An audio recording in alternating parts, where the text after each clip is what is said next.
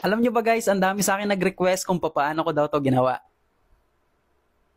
Siyempre, ituturo ko sa inyo kung paano ko yung ginawa. Tara! First, pumunta muna kayo ng TikTok and then isearch nyo lang sa taas yung dancing green screen. Dito guys, mamili na lang kayo kung anong gusto nyo. For example, ito yung napili natin, itap nyo lang yan.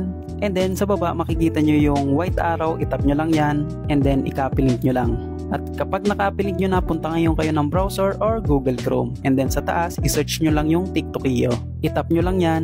At i-paste nyo na ngayon dito yung link na kinopy nyo. And then, itap nyo ngayon yung download. At scroll down nyo lang sa baba, makikita nyo yung download without watermark. Itap nyo lang yan. At kapag na-download nyo na, punta ngayon kayo ng CapCut at i-import nyo lang dito yung dalawang clip na gagamitin. At ngayon, itap nyo ngayon yung second clip at hanapin nyo lang sa baba yung overlay. At i-drag nyo ngayon yung second clip papunta dun sa unahan hanggang pumantay sa first clip natin. And then, itap nyo yung second clip at hanapin nyo lang sa baba yung remove BG. Itap nyo lang yan. And then, piliin nyo lang yung chroma key.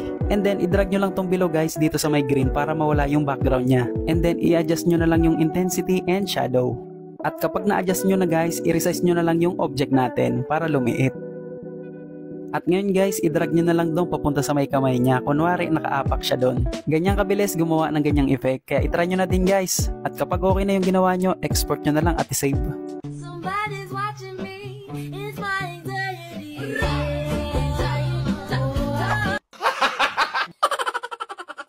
At kung nagustuhan nyo nga itong video na to, pwede like and follow. Bye-bye!